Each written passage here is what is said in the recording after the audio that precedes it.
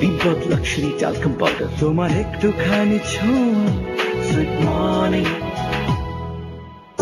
পরে যে শাড়ি কি যে ভালো লাগে, তুমি অপরূপা অনন্যা।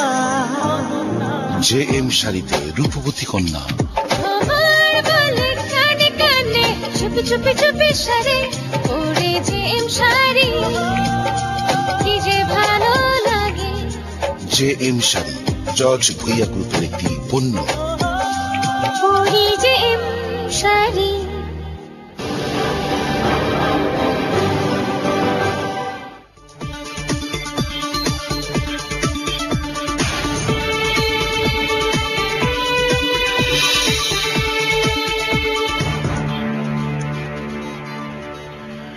প্রিয় দর্শক, ফিরে এলাম আলোচনায়। আমরা কথা বলছিলাম বাংলাদেশ ছাত্রলীগ ধরে বাংলাদেশের সাম্প্রতিক ছাত্র আন্দোলনের প্রবণতা নিয়ে। আমি আপনার কাছে বিরতির আগে জনাব বাহাদুর ব্যাপারেই বলছিলেন, সেখানে আপনার কাছে দুইটা জিনিস আমার, একটা আপনিও শুরুতে বলছিলেন যে ছাত্রলীগকে ব্যবহার করে কেউ কেউ, এবং আমি যেটা বিরতির আগে প্রশ্নের সময় কোট করছিলাম যে সৈয়দ আশরাফুল ইসলাম একবার কথা বলছিলেন যে ছাত্রলীগের শিবির ঢুকে গেছে। মানে ছাত্রলীগ অনেক বড় সংগঠন, অনেক কর্মী, সবাইকে আপনার চেনা বা সবাইকে নিয়ন্ত্রণ করা সম্ভব না, কিন্তু এই যে কেউ যাতে ছাত্রলীগকে ব্যবহার করতে না পারে বা কোনো শিবির যাতে ছাত্রলীগে ঢুকে পড়তে না পারে, সেইখানে কি কোনো আপনাদের নিজেদের কোনো ফিল্টারিং সিস্টেম আছে নাকি, নাকি যে ছাত্রলীগের মিছিলে লোক বাড়ানোর জন্য যারা আসবে সবাইকে নেওয়া, মানে এই জায়গাতে কোনো আপনাদের বাছাই প্রক্রিয়া আছে? আমাদের নেতৃত্ব নির্বাচনের ক্ষেত্রে আমরা জীবন বৃত্তান্ত সংগ্রহ করি এবং সেখান থেকে তাদেরকে দেখে শুনে আমরা নেতা নির্বাচন করি। কিন্তু যেটা হয় যে অনেক শিক্ষা প্রতিষ্ঠানে যে কোনো মানে এরকম কোনো অপরাপর ছাত্র সংগঠনগুলো সক্রিয় নয়। যেমন প্রথম বর্ষের বিভিন্ন কলেজ থেকে আসে, মনে করেন ঢাকা বিশ্ববিদ্যালয়ের ল ডিপার্টমেন্টে নটরডেম কলেজ ব্যাকগ্রাউন্ডের আসছে 20 জন, ঢাকা কলেজ ব্যাকগ্রাউন্ডের 20 জন। এই যে প্রথম বর্ষের দুই কলেজের শিক্ষার্থীদের মধ্যে ওখানে একটা হাতাহাতি হলো, ওই একটা সংঘর্ষ হলো, সেটার দায়ভারও কি ছাত্রলীগের? কোন হলে যে ফার্স্ট ইয়ারের একজনের বাড়ি হচ্ছে মনে করেন কিশোরগঞ্জ, একজনের বাড়ি হচ্ছে বরিশাল, এখন তাদের মধ্যে সংঘর্ষ হলো, সেটার দায়ভারও ছাত্রলীগের। এই ধরনের কিছু প্রবলেম আছে। আমি বলছি যে আমি সেক্ষেত্রে একটু ছোট্ট আপনাকে ইন্টারাপ্ট করে এখানে, যেমন আমি ময়মনসিংহের ঘটনাটা যদি বলি যে আপনারা বারবার বলছেন যে দুই বন্ধুর মারামারি বা ছাত্রলীগেরই দুই বন্ধু মারামারি করে, কিন্তু যেভাবে একটা ছেলেকে পিটিয়ে মারা হলো, মানে দীর্ঘদিন ছাত্র রাজনীতি করলে, আমি ছাত্রলীগ বলছি না, এটা ছাত্র ইউনিয়ন হতে পারে, মৈত্রী হতে পারে, মানে দীর্ঘদিন ছাত্র রাজনীতির প্রক্রিয়ার মধ্যে দিয়ে গেলে একটা ছেলের মধ্যে এই ধরনের নৃশংসতা থাকবে এটা আমরা আশা করি না। এবং দেখুন এইভাবে পিটিয়ে একটা ছেলেকে মেরে ফেলবে ছাত্র রাজনীতি, এটা তো আমরা বলছি যে এটা তো অপরাধী, এবং তারা ওই যারা এই ঘটনার সাথে জড়িত, যে দুইজনকে গ্রেপ্তার করা হয়েছে, তারা এই ঘটনার জন্য দায়ী, কিন্তু তারা কিন্তু ছাত্রলীগের কোনো ওরকম বড় মাপের কোনো নেতা নয়, তারা ওইখানকার কর্মী লেভেলের, এবং তাদের অধপতন হতেই পারে, তার নৈতিক অবক্ষয় হতেই পারে, কিন্তু তার শাস্তি হবে কিনা সেটি হচ্ছে প্রশ্ন।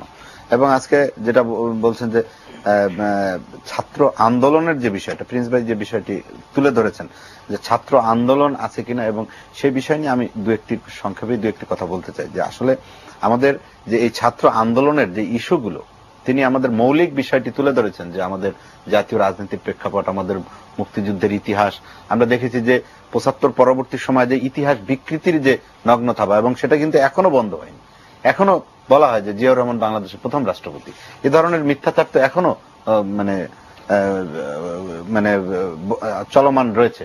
এরপরে আপনারা দেখেন যে আমাদের ছাত্র আন্দোলনের যে মৌলিক বিষয়গুলো, যেটা হচ্ছে আমাদের একটি জাতীয় শিক্ষানীতির প্রয়োজন ছিল, আমাদের শিক্ষার বাণিজ্যিকীকরণ হচ্ছে, শিক্ষার বাজেট আছে, আমাদের ছাত্রদের আবাসিক সমস্যা আছে, এই সকল বিষয়গুলো নিয়ে ছাত্র আন্দোলন হতে পারে।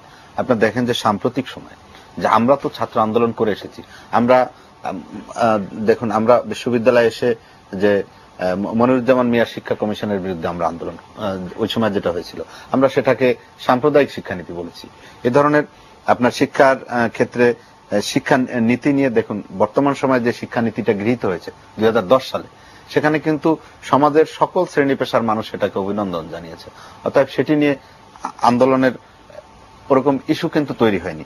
আপনি দেখেন যে শিক্ষার বাণিজ্যিকরণ আজকে, এবং এটি কিন্তু ধাপে ধাপে শুরু হয়েছে। আজকে যে নাইট কোর্স নিয়ে যে কথাটি আসছে, এটি কিন্তু সেই আমরা জানি যে 92 সালে যখন বেসরকারি বিশ্ববিদ্যালয় যখন এই চিন্তাধারা যখন আসে এবং বেসরকারি বিশ্ববিদ্যালয় চালু হয়, তখন থেকে কিন্তু আমাদের পাবলিক বিশ্ববিদ্যালয় শিক্ষকরা বেসরকারি বিশ্ববিদ্যালয়ে এদের ক্লাস নিতে যায়, পার্ট টাইম ক্লাস, এবং সেখান থেকেই কিন্তু পাবলিক বিশ্ববিদ্যালয়ের শিক্ষকরা শেখে যে কিভাবে অধিক উপার্জন করা যায়, এবং সেটাই কিন্তু ঢাকা বিশ্ববিদ্যালয় প্রথম আসলো। কোথায় আসলো? আসলো আমাদের কমার্স ফ্যাকাল্টিতে। এবং আজকে সার্বিক বিষয় বাংলাদেশের 34টি পাবলিক বিশ্ববিদ্যালয় দেখেন, সেখানে আজকে কমার্সের প্রতি বেশি গুরুত্ব দেওয়া হচ্ছে এবং আমাদের আইটি সেক্টরের এই সাবজেক্টগুলোর প্রতি গুরুত্ব দেওয়া হচ্ছে। কিন্তু আমাদের যেটি ভয়ের, যেটি আমাদের আশঙ্কা, সেটি হচ্ছে আমাদের ইতিহাস, আমাদের সাহিত্য, আমাদের সংস্কৃতি, আমাদের মৌলিক যে সায়েন্স যে বিষয়গুলো, সেটি সায়েন্সের প্রতি মানুষের কিন্তু একটা ভীতি, এবং মৌলিক যে সায়েন্সের মৌলিক যে বিষয়গুলো, সেক্ষেত্রে কিন্তু আমাদের একটা অনীহা, একটা ছাত্রদের মাঝে একটা প্রবণতা তৈরি হচ্ছে। আমরা দেখছি যে এই যে একটা বিরাজনীতিকরণের একটা প্রক্রিয়া, সেটি কিন্তু সেই সামরিক শাসনের আমল থেকে শুরু হয়েছে, যে পাবলিক বিশ্ববিদ্যালয় সেখানে ছাত্র রাজনীতি থাকবে না। আপনি দেখুন যে আজকে এখানে এই খুলনা বিশ্ববিদ্যালয় তৈরি হয়েছে, সেখানে ছাত্র রাজনীতি থাকবে না, অথচ সেখানে শিক্ষক রাজনীতি থাকবে, কর্মচারীদের রাজনীতি থাকবে। আপনি দেখুন যে গাজীপুরে বঙ্গবন্ধু শেখ মুজিবুর রহমান কৃষি বিশ্ববিদ্যালয় চালু হয়েছে, এবং সেখানে আজকে একদল শিক্ষার্থী গোপন সংগঠন করছে, একদল শিক্ষার্থী তারা গোপন সংগঠন, জঙ্গি শিবিরের মতো সংগঠনের সাথে তারা জড়িত হচ্ছে, এবং তাদেরকে যারা ধরিয়ে দিল বিশ্ববিদ্যালয় প্রশাসনের কাছে, তাদের নামে তদন্ত হচ্ছে, তাদের বিচার হচ্ছে। কিন্তু যারা এখানে এই বিভিন্ন জায়গা থেকে এসে ওখানে রাত্রি যাপন করছে এবং এই গোপন সংগঠন করছে গোপনে, তাদের বিরুদ্ধে বিশ্ববিদ্যালয় প্রশাসন ব্যবস্থা হচ্ছে না। তা বিরাজনীতিকরণ করতে গিয়ে যদি বাংলাদেশকে আমরা এরকম নিষিদ্ধ বা গোপন সংগঠনের কে রাজনীতি করার সুযোগ তুলে দিই, তবে সেটি নিশ্চয়ই আমাদের জন্য সুখকর হবে না। আরেকটি বিষয় হচ্ছে যে সাম্প্রতিক সময় আপনি ঢাকা বিশ্ববিদ্যালয়ের কথাই বলুন, যে আমাদের ছাত্রদের আবাসিক সমস্যার কথা বলেন, 2টি হল নির্মাণ করা হয়েছে, একটি ছেলেদের একটি মেয়েদের, এবং বাংলাদেশের সর্ববৃহৎ হল এটি, প্রায় 1200 মেয়েদের জন্য, ছেলেদের জন্য এরকম 1200 একটি হল। মেয়েদের রোকেয়া হলের একটা এক্সটেনশন বিল্ডিং নির্মাণ করা হয়েছে, এবং সেটি পুরোপুরি আরেকটি আবাসিক হলের মতো। জগন্নাথ হলের সন্তোষচন্দ্র ভবন, সেটি নতুন করে তৈরি করা, সেটি একটি নতুন একটি হলের মতো। শিক্ষকদের 2টি আবাসিক ভবন নির্মাণ করা হয়েছে, এখানে 2টি একাডেমিক ভবন নির্মাণ করা হয়েছে, একটি সামাজিক বিজ্ঞান, একটি আমাদের আইবি এর এক্সটেনশন বিল্ডিং। এখানে কর্মচারীদের জন্য, কর্মচারীদের আবাসিক সমস্যার জন্য বঙ্গবন্ধু টাওয়ার নির্মাণ করা হয়েছে। আপনি তাকান প্রকৌশল বিশ্ববিদ্যালয়ের দিকে, যেখানে সিভিল ইঞ্জিনিয়ারিং ডিপার্টমেন্ট, যেটি 2000 সালে শুরু হয়েছিল, দীর্ঘ 12 বছর সেই অবস্থাটি, সেই বিল্ডিংটি সেখানে পড়েছিল। আপনি যেটা বলছেন ঠিক আছে, আমরা সরকারের সাফল্য নিয়ে আমরা আমাদের কোনো ইয়ে নাই। সেটা জগন্নাথ বিশ্ববিদ্যালয় বলেন, জগন্নাথ বিশ্ববিদ্যালয়, কবি নজরুল বিশ্ববিদ্যালয়, যে একটি বাণিজ্যিক ভাবে সস্তা জনপ্রিয়তা অর্জনের জন্য সেই বিশ্ববিদ্যালয়ের আইন প্রণয়ন করা হয়েছিল। আমরাও চাই যে যেমন আজকে ইডেন বিশ্ববিদ্যালয় কলেজ, ঢাকা কলেজের শিক্ষার্থীরা সেখানে বিশ্ববিদ্যালয়ের জন্য তারা আন্দোলন করছে, কথা বলছে, আমরাও চাই, আমাদেরও ইচ্ছা, আমাদেরও বাসনা যে এই শিক্ষার্থীরা তারা বিশ্ববিদ্যালয়ের করুক, তাদের সেই গৌরব, তারা সেই সম্মান অর্জন করুক। কিন্তু বাস্তবতাটা কি? বাস্তবতা হচ্ছে সেই জগন্নাথ বিশ্ববিদ্যালয় কোন ধরনের বিশ্ববিদ্যালয়ের ইনফ্রাস্ট্রাকচার বলেন, একাডেমিক কারিকুলাম বলেন, কোনো কিছুই ঠিক না করে বিশ্ববিদ্যালয় করা হলো। আজকে সেই বিশ্ববিদ্যালয়ের রূপ দিতে দেখুন ছাত্রলীগ সেখানে আজকে আন্দোলন করতে হচ্ছে, তাদেরকে সেই 27-4 দ্বারা বাতিলের জন্য আন্দোলন করতে হলো, তাদেরকে আজকে আবাসিক হলের জন্য আন্দোলন করতে হলো, এবং সেখানে আমরা সাফল্য পেয়েছি। আমরা সেখানে কয়েকটি হলের জায়গা উদ্ধার করা হয়েছে, এবং সেখানে ছাত্রী হল নির্মাণের কাজ শুরু হতে যাচ্ছে। তো যাই হোক, এইখানে আমার আপনাকে একটু থামাতে হচ্ছে যে মানে জগন্নাথ বিশ্ববিদ্যালয়ে আপনারা আন্দোলন করে গেছে, কিন্তু সাধারণভাবে আমরা দেখছি যে অনেকগুলো জায়গায় ক্যাম্পাসে মানে সাধারণ ছাত্রছাত্রীদের আন্দোলন বা সেন্টিমেন্টের সাথে অনেক সময় ছাত্রলীগ একাত্ম হতে পারছে না। যেমন আমি যদি ময়মনসিংহের কথা যদি বলি, ময়মনসিংহে ছাত্রলীগের ছেলেই মারা গেছে, কিন্তু যে আন্দোলনটি গড়ে উঠেছে সেই আন্দোলনে আমরা ছাত্রলীগকে কখনো কখনো পাই না। মানে এরকম যখন আরো অনেক জায়গায় দেখেছি যে সাধারণ ছাত্রদের একটা আন্দোলন, ছাত্রলীগ আগে থেকে নিজেদের প্রতিপক্ষ বানিয়ে ফেলে, সেই আন্দোলনে তো সামনের কাতারে থাকতে পারতো। শুনেন, আসলে সাধারণ বলতে এখানে সেন্টিমেন্ট আছে, সাধারণ একটা সেন্টিমেন্ট আছে। আন্দোলনের নেতৃত্ব দেওয়ার জন্য সেখানে কাউকে না কাউকে নেতৃত্ব দিতে হয়, কাউকে না কাউকে অসাধারণের ভূমিকায় আসতে হয়। এবং আমরা দেখুন রাজশাহী মানে আপনারা কখনো কখনো তাদের প্রতিপক্ষ না, আমরা প্রতিপক্ষ নই, আমরা প্রতিপক্ষ নই। যেহেতু আওয়ামী লীগ সরকারে আছে, আমরা মনে করি আমরা অনেক সমস্যা আলোচনার মাধ্যমে সমাধান করতে সক্ষম, যার কারণে আমরা অনেক সময় চাই না যে বিশ্ববিদ্যালয়ে আন্দোলন করতে গিয়ে শিক্ষার পরিবেশ বিঘ্নিত হোক, একাডেমিক কার্যক্রম ব্যাহত হোক, সেশন জটে হোক, এই ধরনের আমরা চাই না। কারণ আমাদের আরেকটি প্রতিযোগিতা রয়েছে প্রাইভেট বিশ্ববিদ্যালয়ের সাথে পাবলিক বিশ্ববিদ্যালয়, যে সেশন জটের একটা বিষয়। কারণ প্রাইভেট বিশ্ববিদ্যালয়ের শিক্ষার্থীরা আপনি দেখেন তারা 6 মাসে তাদের দেখা যায় যে যেখানে একটা সেমিস্টার করার কথা তারা সেখানে শর্টকাটে 2টা সেমিস্টার কমপ্লিট করে ফেলে। অথচ পাবলিক বিশ্ববিদ্যালয়ের ছাত্ররা কিন্তু পারে না। সেই কারণে অনেক সময় আমাদেরকে এই কারণেই কিন্তু আলোচনার দিকে যেতে হয় এবং আলোচনার মাধ্যমে সমাধান করে একটা, আর হামলা করে সমাধান করে আরেকটা, মানে এইরকম জায়গাটাতে আপনার কখনো কখনো ইনসিডেন্ট মানে জেনারেল সাধারণ ছাত্রদের সেন্টিমেন্টের বিপক্ষে চলে যায় ছাত্রলীগ। এই জায়গাটা সাধারণ ছাত্রদের বিপক্ষে গেলে তো রাজনীতি করা সম্ভব নয়, কারণ সাধারণ শিক্ষার্থীদের সেন্টিমেন্টকে ধারণ করেই হচ্ছে রাজনীতি, এবং আমরা সেটাই করি এবং সেটাই করতে চাই, এবং আমরা চাই সাধারণ ছাত্রদের যে সেন্টিমেন্ট সেটাকেই ধারণ করতে। অনেক জায়গায় যেটা হয়েছে যে আপনার এখানে অনেক সংগঠন আছে যারা এখানে নেতৃত্ব দিচ্ছে। আপনি কৃষি বিশ্ববিদ্যালয়ের কোনো অবস্থাতেই আমরা এটাকে বরদাস্ত করব না যে এখানে সাদ নামে যাকে হত্যা করা হয়েছে তার দৃষ্টান্তমূলক শাস্তি এবং বিচারের জন্য যা কিছু করার দরকার সেটা আমরা করব। এবং আমি বলতে চাই যে যেমন আমাদের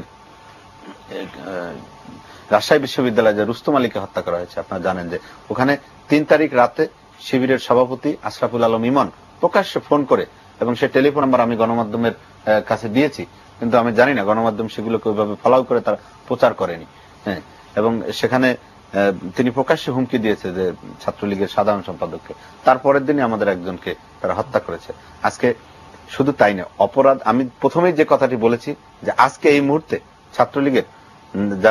ছাত্রলীগের নাম করে যারা অপরাধ করেছে এরকম কতজন কারাগারে আছে আপনি বলতে পারবেন?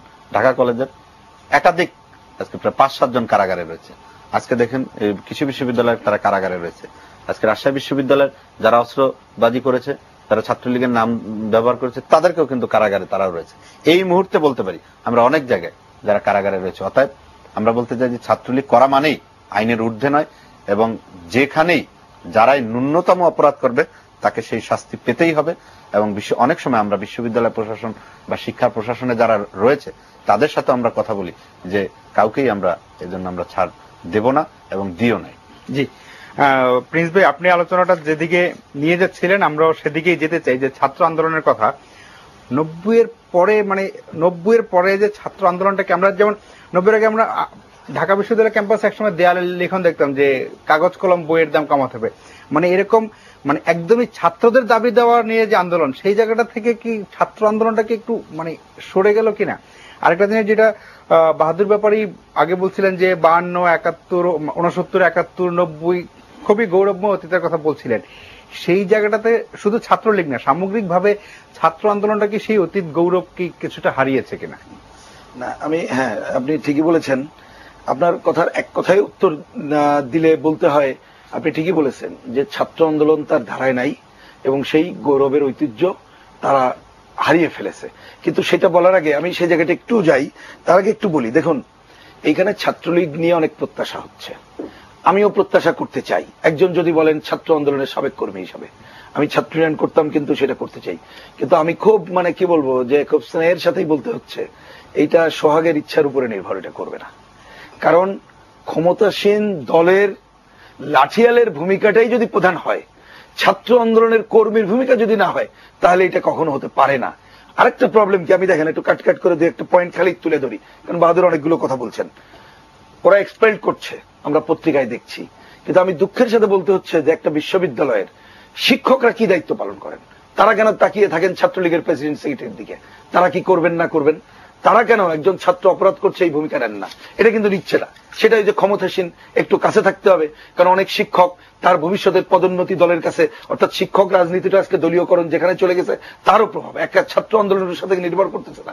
আমি কিন্তু বলেছি সামগ্রিক রাজনীতির পার্টির জায়গাটা চলে আসে। প্রিন্স ভাই, আমি একটু যে আপনি এক্সপেলের কথা বললেন, এটা নিয়ে এক ধরনের কৌতুক চালু হয়েছে যে ধরেন পুলিশ যদি কিছু করে খুব চাপাচাপি হইলে ক্লোজ করা হয়, আর ছাত্রলীগ কিছু করলে বহিষ্কার করা হয়, তারপরে আবার ঠিক ক্লোজ আর বহিষ্কারের পরিণতিটা আমরা টের পাই না। কি হয়ে যায় এটা নিয়ে আমি বলছি না।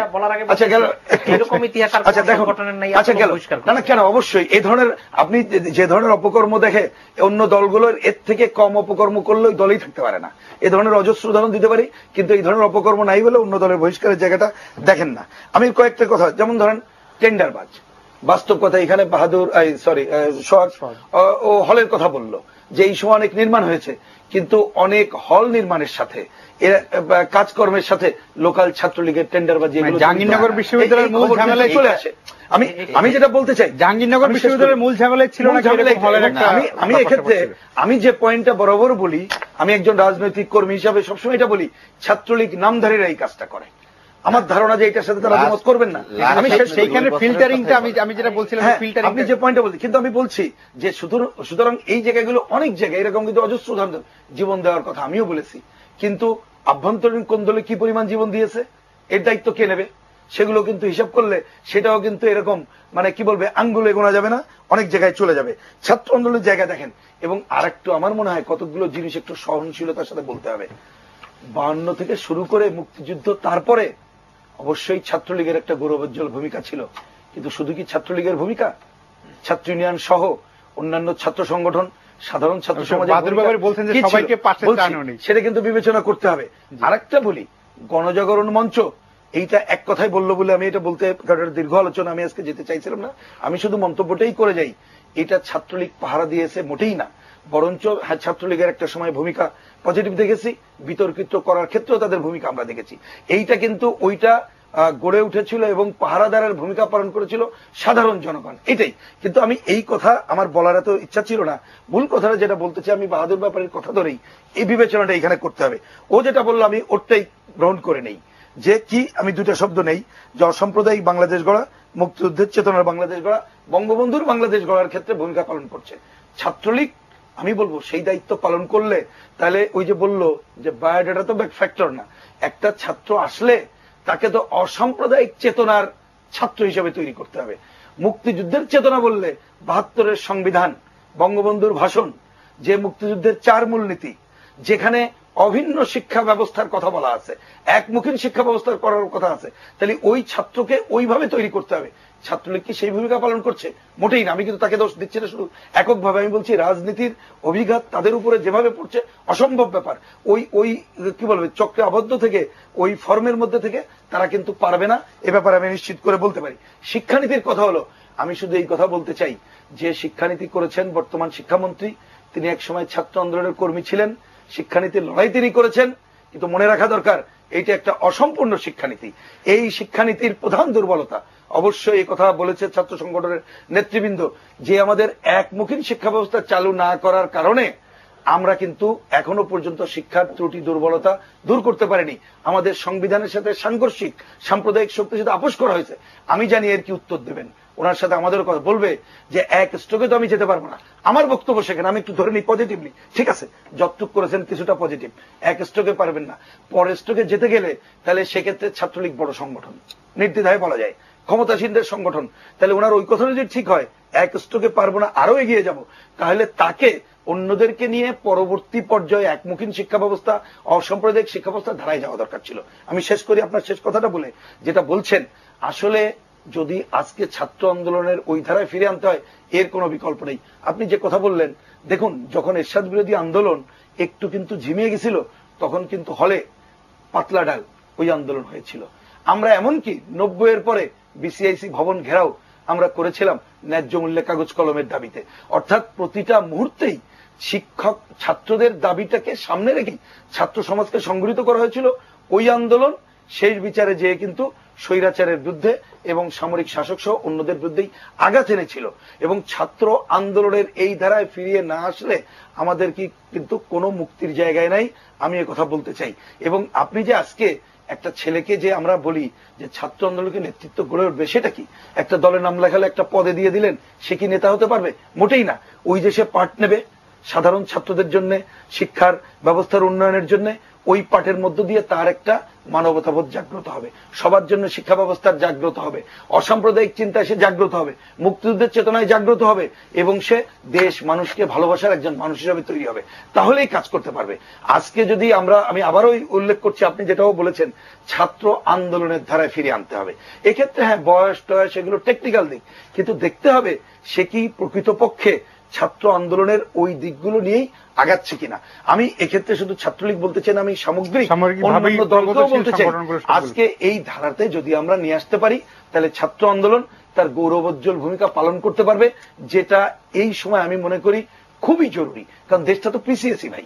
আজকে শুধু মুক্তিযুদ্ধ চেতনা বাস্তবায়নের কথা বলছি, আমি তো বলছি, আগে আমি উল্লেখ করেছি আর রিপিট করতে চাই না, আমরা দেশটা যেখানে পিছিয়ে গেছি, এবং এটা আমিও নির্দ্বিধায় বলি যে মুক্তিযুদ্ধের পরে মাত্র অল্প দিন সময় আমরা পালাম, 75-এর 15 আগস্টের পরে উল্টা দিকে আমাদের যাত্রা শুরু হলো। এরপরে যে যাত্রাটা শুরু হয়েছে শব্দ চয়নের মধ্যে সীমাবদ্ধ না থেকে আমাদের আবার ওই পুরনো ধারায় ফিরে আসার সংগ্রামকে এগিয়ে যেতে হবে, এই ছাড়া আমাদের মুক্তি নাই। বাহাদুর ভাই, আমরা বিরতির পরে আপনার কাছে যাব, কারণ আপনি শুরু করলে তো মনে হচ্ছে একটু লম্বা করে বলতে চাইবেন, অনেকগুলো জমে আছে। আমরা বিরতির পরে, প্রিয় দর্শক, আমরা কথা বলছিলাম ছাত্র আন্দোলনের অবস্থা নিয়ে, পুরনো নতুন সবকিছু। আমরা ছোট্ট একটা বিরতি নিয়ে ফিরে আসছি, আশা করি আমাদের সঙ্গেই থাকবেন।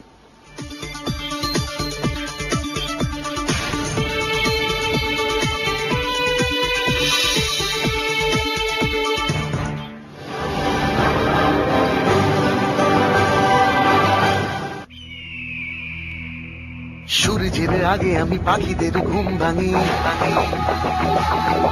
পথে নামি পার হই, সীমানা চেয়ে রই, মানুষের ঢল নামে মন খোলা জানালা, তুই বেনি ভুলিয়ে স্কুল ব্যাগ ঝুলিয়ে, থামা নেই থামা নেই, প্রিয়জন বুকে থাক, মনে থাক, মনে থাক, থামা নেই থামা নেই, আছে শুধু পথ চলা, পার হই পরঘা জীবনের নদী মাছ, থামা নেই থামা নেই থামা নেই থামা নেই, পারে না গো রুখতে থামাতে আমাকে, বহু দূর পথে দেখো মানুষের ঢল নামে। একটি নেটওয়ার্কের ভরসাতে ঘর ছেড়েছিল বাংলাদেশ, স্বপ্ন দেখেছিল এগিয়ে যাওয়া। ইন্টারনেট আর 3G নিয়ে সেই নেটওয়ার্ক আজ আরো শক্তিশালী। শুধু 4,70,00,000 মানুষ নয়, দেশের প্রতিটি মানুষ এবার যে কোনো প্রান্ত থেকে উত্তর খুঁজে পাবে প্রতিটি প্রশ্নে, পাবে এগিয়ে যাওয়ার সাহস।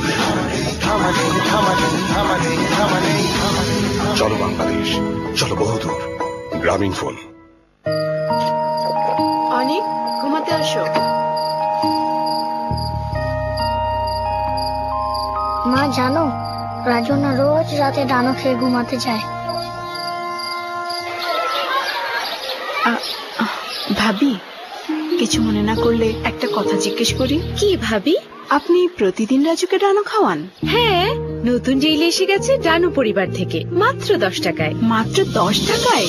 নতুন জেইলিতে আছে extra calcium, vitamin, iron, zinc আর প্রোটিন, যা বাড়ন্ত শিশুদের প্রতিদিনের পুষ্টি চাহিদা মেটাতে সাহায্য করে। এখন আমার অনেকও ডানো খায়।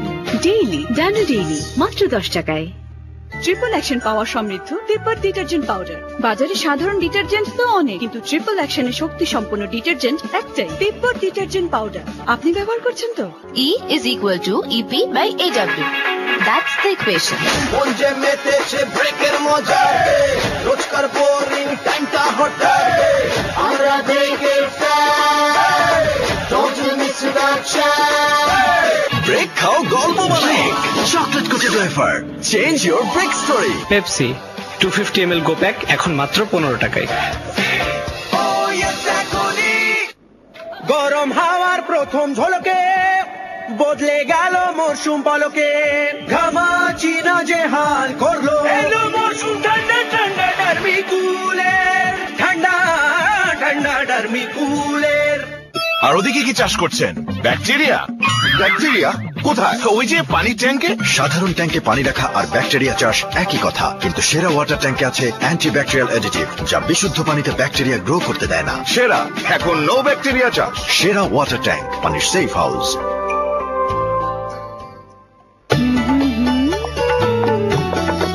এই যে বৈশাখে ম্যাগি দিচ্ছে দারুণ উপহার, ম্যাগি স্যুপ বা নুডলস কিনে আপনিও বুঝে নিন। Nestle. Life is a journey, তাড়াহুড়া নেই। কখনো ট্রেন থেমে যায় অজানার স্টেশনে,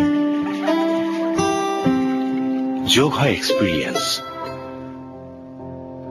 ডেস্টিনেশন চেঞ্জ হয় একের পর এক, জার্নি থামে না, তৈরি হয় সাফল্যের গল্প, নতুন অনিয়ম, নিজের নিয়ম, ভাঙা গড়া, প্রতিদিন নিজেকে প্রমাণ করা, চেঞ্জ হয় সাফল্যের স্টেশন।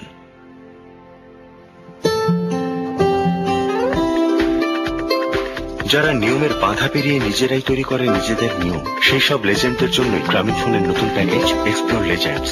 কানেকশন ও ইনফরমেশনের জন্য 01777 কল করুন। চলো বহুদূর, গ্রামীণফোন। আমার কাছে আভিজাত্যের আরেক নাম যুগ যুগ ধরে স্বর্ণোজ্জ্বল ত্বকের জন্য স্যান্ডেলিনা স্যান্ডেল সোপ। রূপচর্চায় আভিজাত্য। জানি তাদের ভরসা আমি, আর আমার ভরসা আমার পরিবার এবং প্রাণ সরিষার তেল। প্রাণ সরিষার তেল থাকা মানে স্বাস্থ্যকর ও মজাদার সব খাবার, কারণ এর মোনো ও পলি আনস্যাচুরেটেড ফ্যাট কোলেস্টেরল কমিয়ে হার্ট রাখে সচল। আর এ কারণেই আমার ভরসা প্রাণ সরিষার তেল। সুস্বাস্থ্য ও স্বাদ দুটোই পরিপূর্ণ। সত্যি এই গরমের এসি। আইস কুল পাউডার, গরমকে ছুটিতে পাঠান, শরীরে এসি লাগান। উনি কি আপনাকে ফোন করেছিল? কোথায় ছিলে তুমি? আমি রিচার্জ করলাম আর শোরুমে গিয়ে পড়লাম। দেখলাম গ্রামীণ ফোনে 500 টাকা বা তার বেশি রিচার্জ করলেই এলজি বাটারফ্লাই যে কোনো পণ্যের উপর থাকছে 10% ছাড়।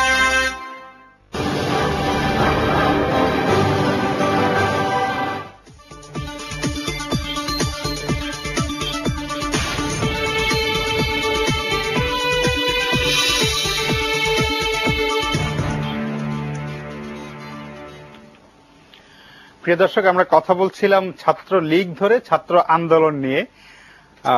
জনাব বাহাদুর ব্যাপারী বিরতির আগে আপনার কাছে ফেরার প্রতিশ্রুতি দিয়ে গেছিলাম। একটা দিনে কয়েকদিন আগে একটা সেমিনারের কথা যে বলি, যদি সেমিনারে এমন বক্তব্য এসেছে, আমি ঠিক এখন মনে করতে পারছি না যে কে বলেছেন যে আগে বাংলাদেশের নেতা তৈরি হতো ক্যাম্পাসে, এখন নেতা তৈরি হয় এফবিসিসিআই। মানে এই জায়গাটাকে একটু আমরা কি মানে পাইপলাইনটাকে একটু কোথাও মানে ডিস্টার্ব হচ্ছে কিনা, যে এখন যারা ধরেন আওয়ামী লীগের মূল নেতা যারা, তারা কিন্তু একদম ক্যাম্পাস থেকে ছাত্র রাজনীতি করে করে ধাপে ধাপে, সেই জায়গাটাতে কোথাও বাধা হচ্ছে কিনা। বাধা হওয়ার একটা কারণ হতে পারে ধরেন দীর্ঘদিন ধরে ডাকসুর নির্বাচন হচ্ছে না, ফলে ওইভাবে তো আমি ধরেন ডাকসুর সর্বশেষ ভিপিজিএস এখনো আমান খোকনের পরে আর মাঝখানে দীর্ঘ সময় 24-25 বছর আর নাই। তো সেই জায়গাটা যে এই অভিযোগটা কি সত্যি কিনা, যে মানে জাতীয় নেতৃত্ব আগে যেটা ক্যাম্পাসে তৈরি হতো সেটা কি এখন এফবিসিসিতে তৈরি হচ্ছে কিনা? হ্যাঁ, আমরা এই প্রশ্নের জবাব যাওয়ার আগে আমি 2-4টা কথা বলে, ছাত্রলীগ কেন এখন টার্গেট? আসলে তো ছাত্রলীগ টার্গেট না, টার্গেট হলো শেখ হাসিনা। কারণ ছাত্রলীগ হলো শেখ হাসিনার কর্মী এবং সৈনিক। ছাত্রলীগে আঘাত করলে ওই জায়গায় আঘাত লাগে, এই কারণে একটি বিশেষ শেখ হাসিনাও কিন্তু একবার রাগ করে আপনাদের যে মানে ছাত্রলীগের উনি যে সাংগঠনিক পিপিআর এর কারণে সে ওই জিনিস বাদ দিয়েছে, আরপিউর কারণে, সেটা ঠিক আছে, কিন্তু মনে করি আরপিও ছাড়া ওনার একটা অভিমানও ছিল না। অভিমান ছাত্রলীগের প্রতি, আমার জানা মতে ছাত্রলীগের প্রতি এবং এই ছোটদের প্রতি আমার নেত্রী দেশরত্ন শেখ হাসিনার কোনো অভিমান নেই। কেউ যদি বলে সেটা ছাত্রলীগের সাথে আমার নেত্রীর দূরত্ব তৈরি করার জন্য। আরেকটা বিষয় আছে, অবশ্যই ছাত্রলীগ সাধারণ ছাত্রছাত্রীদের সেন্টিমেন্ট ধারণ করে বলেই আজ পর্যন্ত বাংলাদেশের সর্ববৃহৎ ছাত্র সংগঠন হিসাবে বাংলাদেশ ছাত্রলীগ কাজ করে। যেসব আন্দোলনের কথা বলা হয়েছে, যে বিভিন্ন হল হয়েছে এবং বিভিন্ন হলের অগ্রগতি এবং উন্নয়ন, এই জিনিসটি ছাত্রলীগেই ধারণ করে, যেটা সভাপতি বিভিন্নভাবে বলেছেন।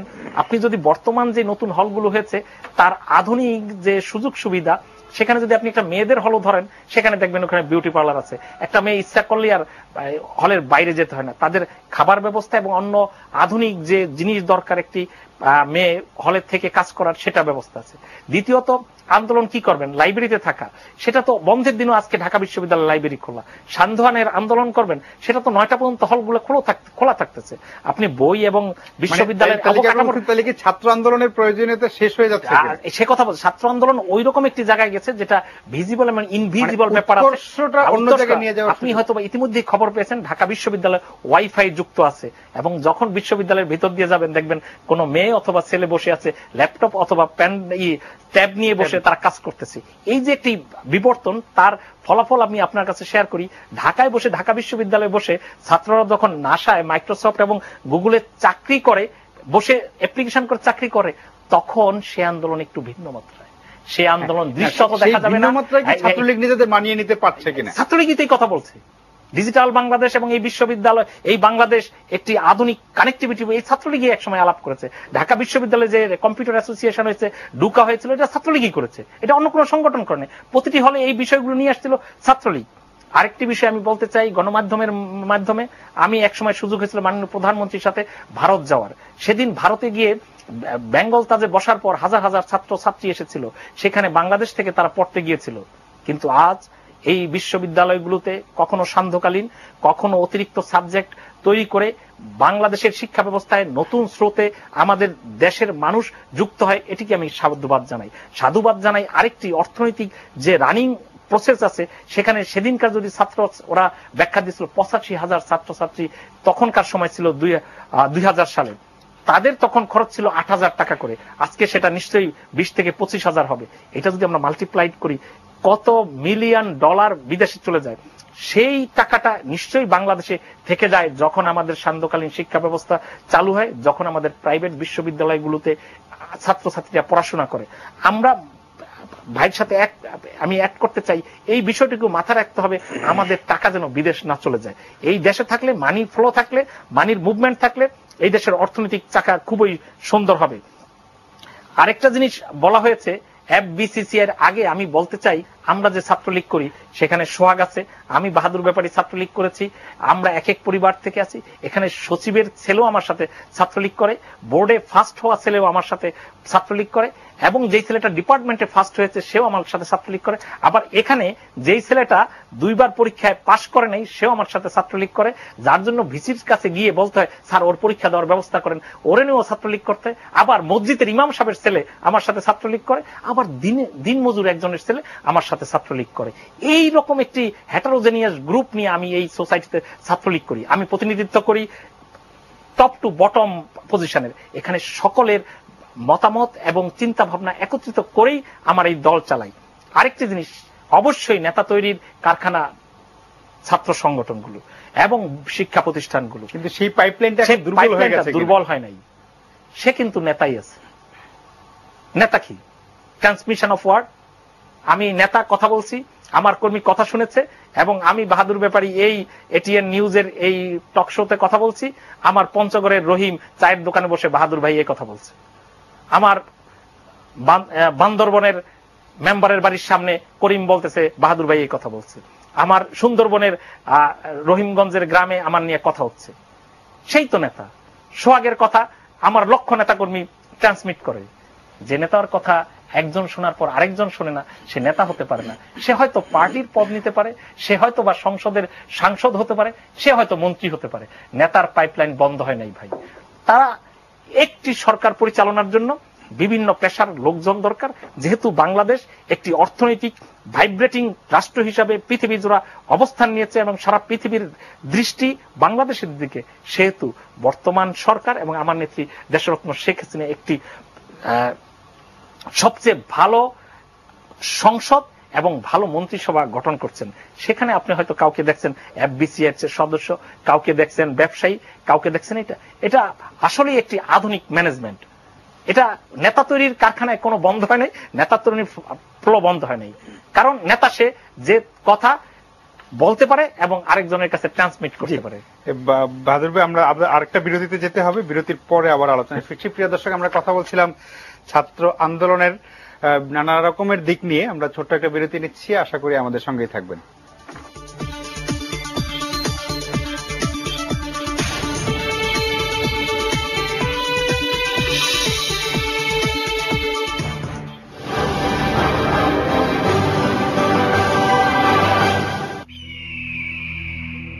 সূর্যের আগে আমি পাখিদের ঘুম ভাঙি,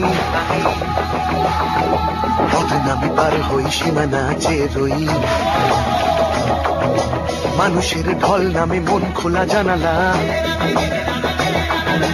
তুই বেনি দুলিয়ে স্কুল ব্যাগ ঝুলিয়ে থামা নেই, প্রিয়জন বুকে থাক মনে থাক মনে থাক থামা নেই আছে শুধু পথ চলা পার হই পথঘাট জীবনের নদী মাছ থামা নেই পারে না কো রুখতে থামাতে আমাকে বহু দূর পথে দেখো মানুষের ঢলে নামে। একটি নেটওয়ার্কের ভরসাতে ঘর ছেড়েছিল বাংলাদেশ, স্বপ্ন দেখেছিল এগিয়ে যাওয়া। ইন্টারনেট আর 3G নিয়ে সেই নেটওয়ার্ক আজ আরো শক্তিশালী। শুধু 4,70,00,000 মানুষ নয়, দেশের প্রতিটি মানুষ এবার যে কোনো প্রান্ত থেকে উত্তর খুঁজে পাবে প্রতিটি প্রশ্নে, পাবে এগিয়ে যাওয়ার সাহস। চলো বাংলাদেশ, চলো বহুদূর। গ্রামীণ phone. Pepsi 250 ml go pack এখন মাত্র 15 টাকায়। জানি তাদের ভরসা আমি, আর আমার ভরসা আমার পরিবার এবং প্রাণ সরিষার তেল। প্রাণ সরিষার তেল থাকা মানে স্বাস্থ্যকর ও মজাদার সব খাবার, কারণ এর মোনো ও পলি আনস্যাচুরেটেড ফ্যাট কোলেস্টেরল কমিয়ে হার্ট রাখে সচল। আর এ কারণেই আমার ভরসা প্রাণ সরিষার তেল। সুস্বাস্থ্য ও স্বাদ দুটোই পরিপূর্ণ। আকাশ নেড়ে আনবো বৃষ্টি, আনবো চাঁদে চেনা মুখ, নাই বা জানলে কে দিয়ে যায় তোমার পাওয়াই আমার সুখ। সব তুলে দিলাম তুমি না, যদি তুমি চাও একটু পথে বা বাড়ালে বাতাস জবে প্রিয় না। মেঘের ঘরে জ্বলছে আলো, সেই আলোটাও পাঠালাম। চাই না কিছু বিনিময়, অনুযা করে দিলাম ভালোবাসা টুকু আমার তুমি না।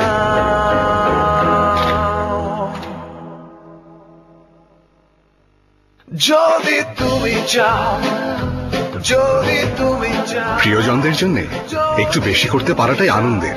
আকর্ষণীয় ডিসকাউন্ট, অফার আর গিফট নিয়ে আপনার অপেক্ষায় বাংলালিংক প্রিয়জন। ডায়াল *60000#। এবার নতুন কিছু করো, Banglalink.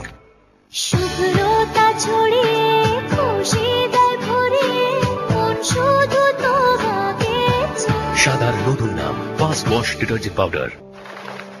Life is a journey, তাড়াহুড়া নেই। কখনো ট্রেন থেমে যায় অজানার স্টেশনে, যোগ হয় এক্সপিরিয়েন্স। ডেস্টিনেশন চেঞ্জ হয় একের পর এক, জার্নি থামে না। তৈরি হয় সাফল্যের গল্প, নতুন অনিয়ম, নিজের নিয়ম, ভাঙা গড়া, প্রতিদিন নিজেকে প্রমাণ করা। চেঞ্জ হয় সাফল্যের স্টেশন।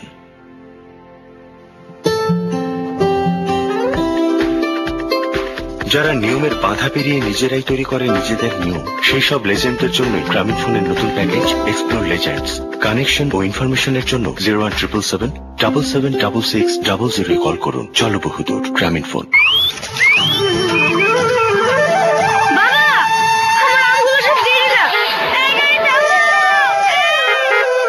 কথা দিচ্ছে প্রাণ, দেশে আমের সেরা জুস পৌঁছে দেবে সবার হাতে।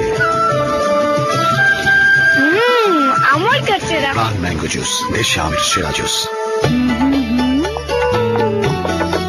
এই যে বৈশাখে ম্যাগি দিচ্ছে দারুণ উপহার। ম্যাগি স্যুপ বা নুডলস কিনে আপনিও বুঝে নিন। নেসলে হালকা কাটার ঢং দ্বিগুণ হলো রং, রঙের সাথে মনে দ্বিগুণ নাও গুনে। বৈশাখের আগেই বৈশাখী ঝড়। এখন গ্রামীণ ফোনে 28 কিংবা 58 টাকা রিচার্জেই পাচ্ছেন 100% বোনাস। বিস্তারিত পত্রিকায়। চলো বহুদূর, গ্রামীণ phone. E is equal to EP by AW. That's the equation. মন যে মেতেছে ব্রেকের মজাতে, রোজকার বোরিং টাইমটা হঠাতে আমরা দেখে চাই, don't miss that chance. Break খাও গল্প বলে chocolate coated wafer. Change your break story. শুভ্রতা ছড়িয়ে খুশি দেয় ভরিয়ে মন শুধু তোমাকে চায়। সাদার নতুন নাম ফাস্ট ওয়াশ ডিটারজেন্ট পাউডার।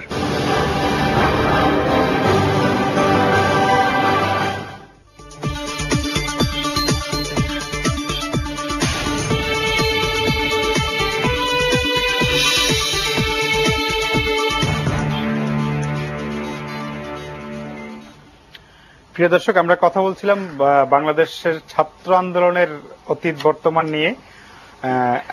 জনাব বদিউজ্জামান সোহাগ, এই ময়মনসিংহ এবং রাজশাহী বিশ্ববিদ্যালয়ের সাম্প্রতিক অস্থিরতা নিয়ে আজকে একটি উপাচার্য ফোরামের একটি বৈঠক হয়েছে, যে উপাচার্য ফোরামে পাবলিক বিশ্ববিদ্যালয়ের উপাচার্যরা আছেন। সেই ফোরামে ছাত্র এবং শিক্ষকদের রাজনীতি বন্ধের দাবি উঠেছে। আমি যেটা বলছিলাম যে মানে ছাত্র আন্দোলনের প্রয়োজনীয়তাটা কি কমে যাচ্ছে কিনা, সেই কারণে এরকম একটা দাবি উঠতে পারে।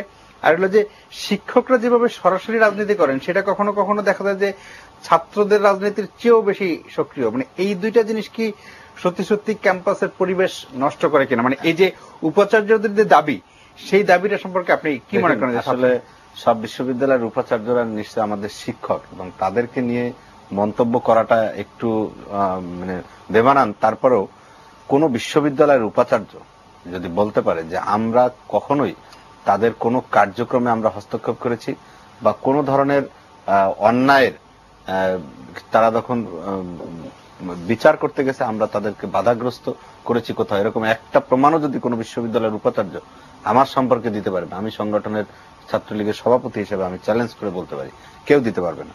আজকে হ্যাঁ, শিক্ষক রাজনীতির যে বিষয়টি সেটি কিন্তু রয়েছে, সেটি অস্বীকার করার উপায় নেই। দেখুন যে জাহাঙ্গীরনগর বিশ্ববিদ্যালয় এবং বাংলাদেশ প্রকৌশল বিশ্ববিদ্যালয়, এই দুইটি বিশ্ববিদ্যালয়ের নজির হচ্ছে মানে শিক্ষকদের আন্দোলনের কারণে, মানে ছাত্র প্রকৌশল বিশ্ববিদ্যালয়ের আন্দোলনটি ছিল শিক্ষকদের আন্দোলন। সেখানে উপাচার্য পদকে বিলুপ্ত করা এবং সেখানে শিক্ষকদের জাহাঙ্গীরনগর বিশ্ববিদ্যালয়ে আমরা দেখেছি তৎকালীন বিশ্ববিদ্যালয় প্রশাসনকে কিভাবে ছাত্র সংগঠনকে ব্যবহার করার যে অপকৌশল, এবং তারা আমাদেরকেও হার মানিয়েছে। পরে আমরা বাধ্য হয়েছিলাম যে ছাত্র সংগঠনের আমাদের ছাত্রলীগের কার্যক্রম ওখানে বাতিল করতে। এবং আসলে আমরা যেটা চাই যে বিশ্ববিদ্যালয় এবং শুধু পাবলিক বিশ্ববিদ্যালয় নয়, আমরা চাই যে প্রাইভেট বিশ্ববিদ্যালয়েও ছাত্রদের প্রতিনিধিত্ব নির্বাচন করা হোক এবং গণতান্ত্রিক ধারা অব্যাহত থাকুক, যেটি আমাদের যে বিশ্ববিদ্যালয়ের যে আইনগুলো রয়েছে, বিশেষ করে আমাদের যে ঢাকা বিশ্ববিদ্যালয়ের কথাই যদি বলা হয় যে ৭২-এর যে আইনটি রয়েছে, এবং আপনার দেখবেন যে আমাদের দেশের বাইরেও অনেক বিশ্ববিদ্যালয় রয়েছে যেখানে ছাত্র রাজনীতিকে নিরুৎসাহিত করা হয়, সেটি ঠিক আছে, কিন্তু তারপরেও গণতান্ত্রিক ধারা অব্যাহত রাখার জন্য এবং বিশ্ববিদ্যালয়ের সমস্ত আইন কানুন ছাত্রদের উপরে যাতে শোষণ বা ছাত্রদের উপরে যাতে কোনো অনিয়ম না হয় সে ব্যাপারে কিন্তু সেখানে আমাদের দেশে যেরকম ডাকসু বা জাকসু এরকম ছাত্র ইউনিয়ন, স্টুডেন্ট ইউনিয়ন বিভিন্ন ইউনিভার্সিটিতে পাবলিক বিশ্ববিদ্যালয় রয়েছে, এবং দেশের বাইরেও অনেক বিশ্ববিদ্যালয় সেখানে স্টুডেন্ট কাউন্সিল রয়েছে। এবং সেটি হচ্ছে যে বিভিন্ন ক্যাটাগরিতে বিশ্ববিদ্যালয়ের লাইব্রেরি অ্যাফেয়ার্স বলেন, কালচারাল অ্যাফেয়ার্স বলেন, বা আমাদের স্পোর্টস সেক্টর বলেন, এমনকি বিশ্ববিদ্যালয়ের ফাইন্যান্স কমিটিতেও স্টুডেন্ট প্রতিনিধি তারা ইলেক্টেড হয়, এবং সেখানে এরকম ২০-২৫ জন বা ১০ জন ১৫ জন স্টুডেন্ট কাউন্সিলর নির্বাচিত হয়, এবং তারা বিভিন্ন ক্যাটাগরিতে তারা হয়তো বিশ্ববিদ্যালয় প্রশাসন বা সিন্ডিকেট বা সিনেট তাদেরকে মনোনয়ন দিতে পারে কে কোন ক্যাটাগরিতে তারা কাজ করবে, ছাত্রদের প্রতিনিধি হিসেবে তারা কথা বলবে।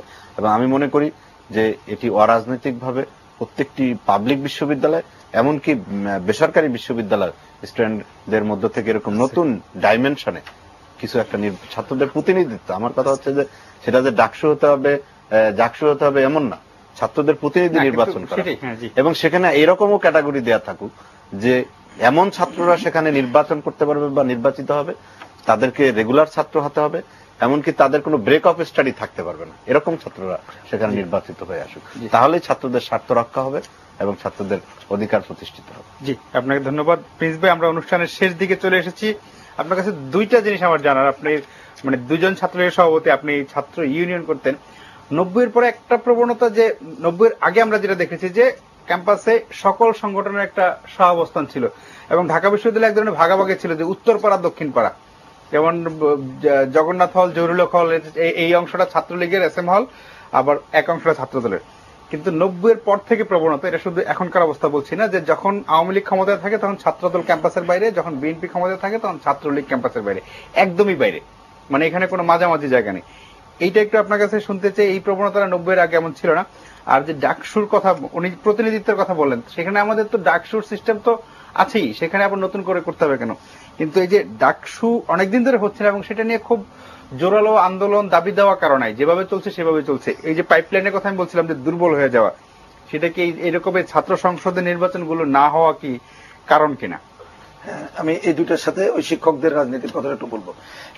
সময় পাবেন না, আমি একেবারে পিন পয়েন্ট বলি যে হ্যাঁ, নিঃসন্দেহে আপনি যেটা বলেছেন এটা আমরা যেটা দেখতে পাচ্ছি যে অ্যাকচুয়ালি রাজনীতিটা 90-এর পরে তো আমরা দেখলাম যে গণতন্ত্রের ধারা আমরা সূচনা করলাম। আমরা ভেবেছিলাম যে আমরা একটা গণতান্ত্রিক ধারাবাহিকতায় যাব, কিন্তু আমরা দেখলাম রাজনীতি একটা নীতিহীন জায়গায় চলে গেছে। বিশেষ করে ক্ষমতাসীনরা যেন তেন প্রকারে তারা ক্ষমতা ধরে রাখতে চায় এবং নিজেদের আর্থিক আখের গোছানোর কি বলে মাধ্যমই হয়ে গেল রাজনীতি এবং নির্বাচিত হয়ে যাওয়া আর কি। এবং সেইটাকে তারা ব্যবহার করলো, আমি শুরুতেই বলেছি, ছাত্র সংগঠনকে কেউ ক্ষমতায় থাকার খুঁটি হিসাবে আর ক্ষমতায় যাওয়ার সিঁড়ি হিসাবে ব্যবহার করলো এবং তাদের মধ্যেও আমাদের ওই ধারার সূচনা করে দিল টেন্ডারবাজি নানা জায়গায় যাওয়ার, যার জন্য আমরা দেখতে পাচ্ছি ওই ধারায় আমরা চলে গেছি এবং সেখান থেকে ফিরিয়ে আনার পথ আমি মনে করি যে আগেই আলোচনা হয়েছে যদি ছাত্র আন্দোলনের ধারায় যেতে পারি। এই আর দুইটা বিষয় বলি, সেটা হচ্ছে যেটা মনে করি আমি, সেটা হচ্ছে যেটা সোহাগ বললেন, আমি মনে করি যে এইখানে এখন বিবেচনার প্রয়োজন নাই, ছাত্র সংসদ নির্বাচনের ধারায় চলে আসতে হবে এবং ছাত্র সংসদ নির্বাচনের ধারায় আসলে আমরা অনেক সমস্যার সমাধান কিছুটা হইলে হবে। এবং এইটাকে ধরে আমি এই শিক্ষকদের একটু অনুরোধ করতে চাই, আপনার মাধ্যমে যেটা শুনলাম এই ব্যাপারে আমার দুইটা মন্তব্য। প্রথম হচ্ছে শিক্ষক রাজনীতি একটি নগ্ন পর্যায়ে পৌঁছেছে, এই জায়গাটাই দেখা দরকার। এবং আমরা অনেক শিক্ষককে জানি, আমার খুব দুঃখের সাথে শ্রদ্ধা রেখে বলতে হচ্ছে, অনেক শিক্ষকরা ভিসি হওয়ার জন্য অন্য কিছু হওয়ার জন্য, আমি জানি না সোহাগ এটা বলবে কিনা স্বীকার করবে কিনা, দেখা যাবে ওই ছাত্রলীগ অফিস বা তার আশপাশে ওই নেতাদের আশপাশে পর্যন্ত ঘোরাফেরা করে। আমি অনেক জেলা সদরের খবর জানি, এই ধরনের জায়গায় চলে গেছে। সুতরাং তাদেরকে তখন রক্ষা করতে হয়, এই ধারাটা তারা বন্ধ করুক প্রথমত। আর ছাত্র রাজনীতি যাতে ছাত্র আন্দোলন করতে পারে সেই কাজ করুক। ওনারা ভর্তির সময় টাকা নেন, হলে হলে বিভিন্ন প্রোগ্রাম করার জন্য, এই যে আপনি ডিবেট করা বলেন, সাহিত্য প্রতিযোগিতা বলেন, ক্রীড়া প্রতিযোগিতা বলেন, ছাত্র সংসদ নির্বাচন দেওয়ার পরে এই কাজগুলো ওনারা করুক, কঠোরস্থ দমন করুক। যে দলের ছাত্র সংগঠন হোক, অন্যায় করলে শিক্ষক হিসাবে সামনে এসে দাঁড়িয়ে বুক পেতে দিয়ে তাকে বুকে, ভালো কাজ করলে যেমন বুকে আগলায় রাখবে, অপরাধ করলে তার বিরুদ্ধে শাস্তিমূলক ব্যবস্থা করবে। আমি মনে করি শিক্ষকদের একজোট হওয়া দরকার ওই কাজ করার জন্য। তাহলে দেখবেন ওনাদের ছাত্র রাজনীতি বন্ধের কথা বলতে হবে না, বরঞ্চ ছাত্র আন্দোলনের ধারায় যারা থাকবে না তারা কিন্তু ছিটকে পড়বে, সেটাই একমাত্র আমাদের রক্ষা কবচ। এই ছাড়া কিন্তু আমরা একটা খারাপ জায়গায় যাচ্ছি এবং সেই খারাপ জায়গাটা কোথায় এটা বলেই শেষ করতে হয়, সেটা হচ্ছে বাংলাদেশকে ঘিরে আমি সাম্প্রদায়িক শক্তি যেটা একটা খারাপ দিকে নিয়ে যেতে চাই, বাংলাদেশকে ঘিরে বিরাজনীতিকরণের একটা ধারা আছে। বাংলাদেশের রাজনীতি বন্ধ করেই দীর্ঘদিন রাজনীতিহীন পরিবেশ রাখার আমরা জানি একটা বিদেশি যে ষড়যন্ত্র, সেই ষড়যন্ত্র কিন্তু রয়ে গেছে। আমরা সেই ফাঁদে পা দেব, তার থেকে উত্তরের জন্য ছাত্র আন্দোলনের ধারায় আবার আমাদেরকে ফিরে আসতে হবে, অন্য কোনো পথ আমাদের সামনে নাই। আপনাদের সবাইকে অনেক ধন্যবাদ। প্রিয় দর্শক, সাবেক দুইজন ছাত্রনেতা বাহাদুর ব্যাপার এবং রহিন হোসেন প্রিন্স, ওনারা ছাত্র আন্দোলনের গৌরবের কথা বারবার বলছিলেন, কিন্তু সাম্প্রতিক সময়ের কিছু ঘটনায় সেই গৌরবে কিছুটা কালিমা হলেও লিপ্ত হয়। আমরা আবার চাই যে ছাত্র আন্দোলন সেই গৌরবের ধারায় ফিরে যাক এবং মানে বাহাদুর ব্যাপারে যেটা বলছিলেন যে ছাত্র আগের যে সমস্যাগুলো ছিল সেই সমস্যাগুলো অনেকগুলি সমাধান হয়ে গেছে, তার মানে এখন ছাত্র আন্দোলনকে, ছাত্র রাজনীতিকে আরো উৎকর্ষের ধারায় উঠে যাওয়ার সুযোগ তৈরি হয়েছে। এখন আর ওই ডাল পাতলা কিনা বা কাগজ কলমের এই রকমের জায়গায় আন্দোলন করতে হবে না, আন্দোলনটাও আরো উৎকর্ষের জায়গায় চলে যাওয়ার সুযোগ রয়েছে। 10 সেকেন্ড যদি বলতে পারেন। শিক্ষকরা কেন রাজনীতি করবেন না, না করলে লাভ কার, একটু ভেবে দেখবেন স্যাররা। জাহাঙ্গীরনগর বিশ্ববিদ্যালয় এবং বুয়েটের যে আন্দোলন ছিল সেটি কোনো আন্দোলন ছিল না, ব্যক্তি স্বার্থের আন্দোলন ছিল। এটি যারা জানেন তারা। ইতিমধ্যেই প্রাইভেট বিশ্ববিদ্যালয়গুলোতে ভিন্ন ফর্মের ছাত্র সংসদ করে তাদের মতামত নেওয়া হচ্ছে। ছাত্ররা তারুণ্যের প্রতীক, প্রেমের প্রতীক, মিলিট্যান্টের প্রতীক। ছাত্ররাই দিতে পারে এই দেশ, যেই দেশের আশা আকাঙ্ক্ষা আমরা বিভিন্ন সময় গণমাধ্যমে আলোচনা করি। সেটি 21 শতাব্দীতে আমরা দাঁড়িয়ে 21 সালের অর্থনৈতিক সমৃদ্ধশালী বাংলাদেশ, সেটি ইতিমধ্যে 18 সালে রূপ পরিণত হবে $2,500 বাংলাদেশ পার ক্যাপিটা ইনকাম, আর 42 সালে হবে 2042 সালে একটি সমৃদ্ধশালী বাংলাদেশ। সেটা ছাত্র নেতারাই দেবে। স্বপ্নের জন্য অনেক ধন্যবাদ। প্রিয় দর্শক, আপনারা সবাই ভালো থাকবেন।